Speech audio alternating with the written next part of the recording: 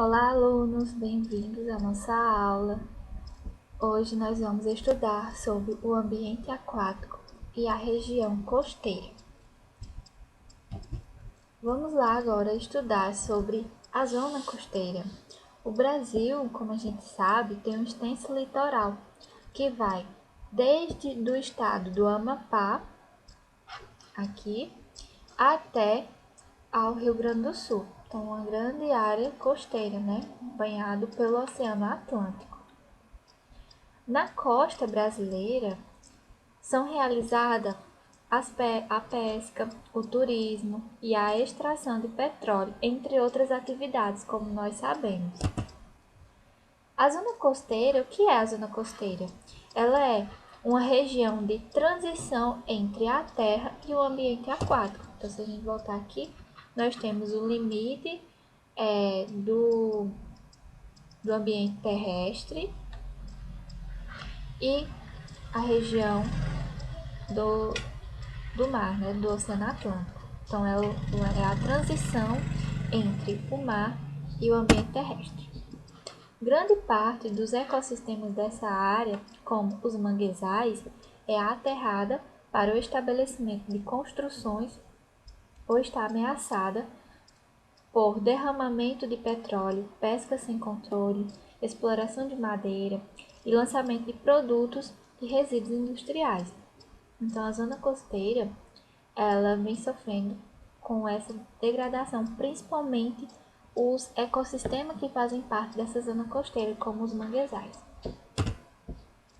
No litoral brasileiro, há diversos ecossistemas próximos à costa. Cada um desses ecossistemas, eles apresentam características próprias, como a fauna e a flora características. Então, nós temos os manguezais, nós temos as restingas, que também são ecossistemas da zona costeira. Nós temos os costões rochosos e os recifes, e nós vamos estudar sobre cada um desses ecossistemas. Na região do litoral também habitam algumas comunidades típicas que vivem nas áreas de litoral. As comunidades caiçaras são pessoas que habitam certas regiões do litoral do Brasil, né? São chamadas de caiçaras. Essas pessoas vivem principalmente do extrativismo e da pesca artesanal.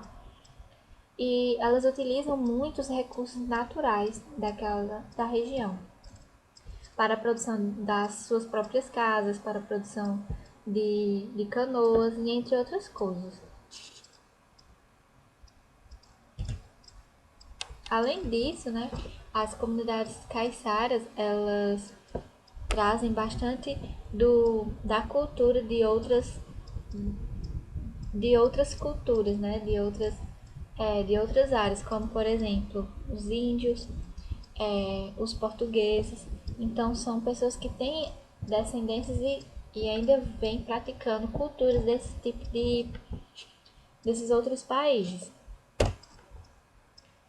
Bom, a zona costeira, vou voltar aqui, como eu falei, a gente vai estudar sobre os ecossistemas da zona costeira, e um deles é o manguezal. Para vocês que não sabem ainda, o manguezal ele é conhecido como uma floresta do mangue, e ele se encontra em vários locais da costa brasileira. E o que forma o manguezal? Ele é característicos das regiões onde o mar se encontra com a água doce dos rios. Então, nas áreas em que o mar ele se encontra com a água dos rios, nós vamos ter o ecossistema manguezal. A matéria orgânica que vem carregada pela água dos rios se deposita no manguezal, que é uma região que tem bastante... O solo é bem lodoso, assim, bem difícil de você andar sobre ele, bem pegajoso.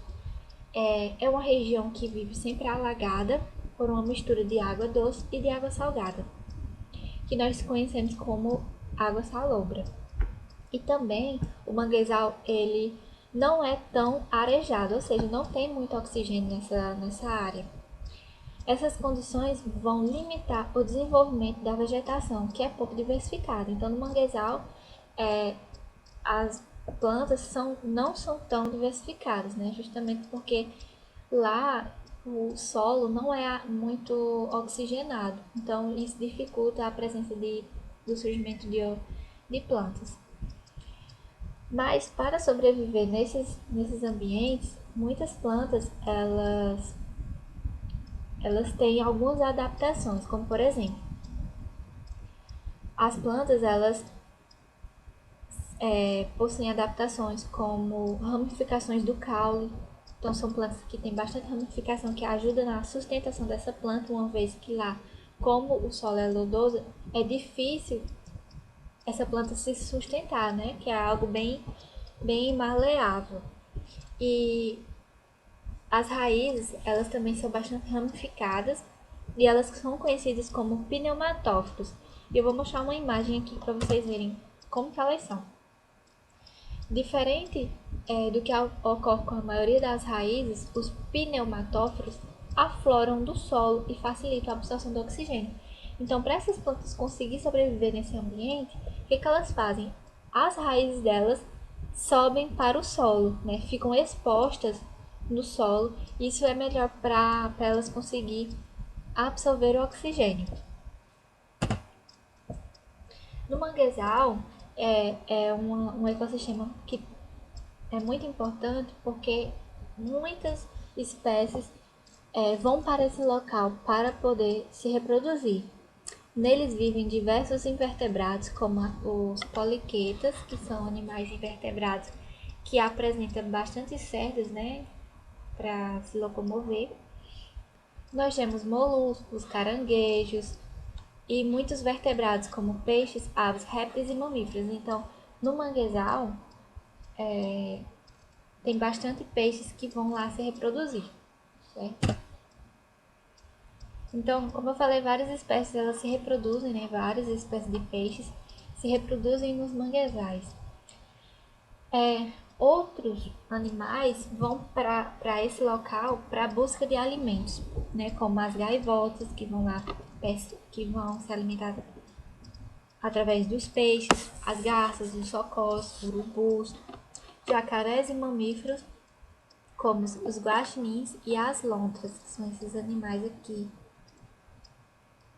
comuns também na região do manguezal. Outro ecossistema da região da zona costeira são os costões rochosos. Como a gente pode ver aqui, ó, os costões rochosos são essas áreas que são formadas por rochas, né?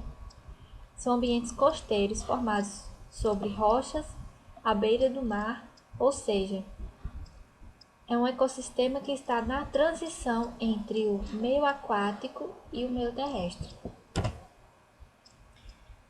Nesses ambientes, eles estão presentes em quase todo o litoral brasileiro, como Maranhão ao Rio Grande do Sul. Então, toda a região de praia, de litoral, vai ter o costão rochoso, vai ter esse ecossistema. Nesses locais, são comuns as esponjas do mar. As esponjas do mar são animais, certo? São animais sésseis que vivem lá no fundo do mar ou em regiões um pouco mais rasas também. Então aqui nós temos o Esponja, o Bob Esponja, né? Que foi um personagem criado para exemplificar aí a forma da esponja, das esponjas do mar. Os moluscos, as anêmonas, os crustáceos e as algas também vivem nos costões rochosos. O ambiente do costão rochoso é pobre em nutrientes, é salgado e muito impactado pelas ondas. Nessas áreas tem a diferença lá das marés, né? Que quando a maré está alta e quando a maré está mais cheia. Então são regiões que têm bastante impacto dessas ondas.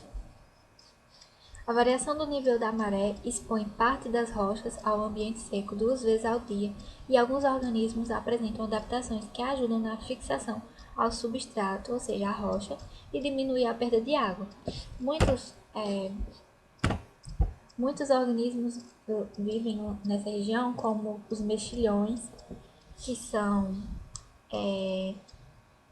é um tipo de um molusco que ele é bivalve, né? Ele tem duas conchas e eles se fixam nas rochas e ficam lá, fixados e fazendo a filtração das partículas que tem na água lá para poder sobreviver.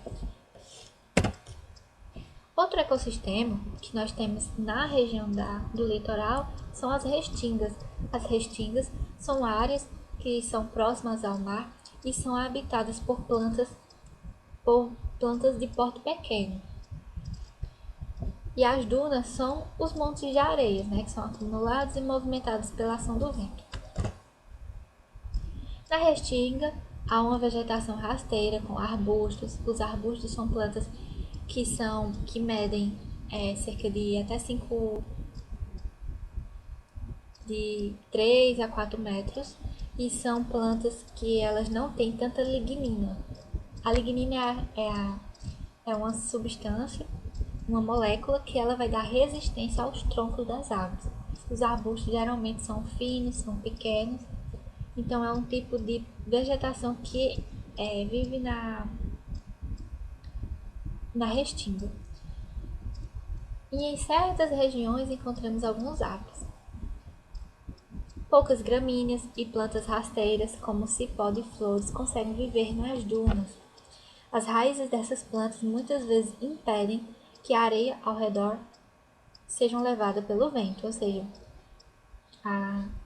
as plantas da restinga é muito importante porque evita com que a areia ela sofra o deslocamento e cause assoreamento. No caso da própria praia mesmo, assoreamento é deixar regiões dessas praias mais rasas.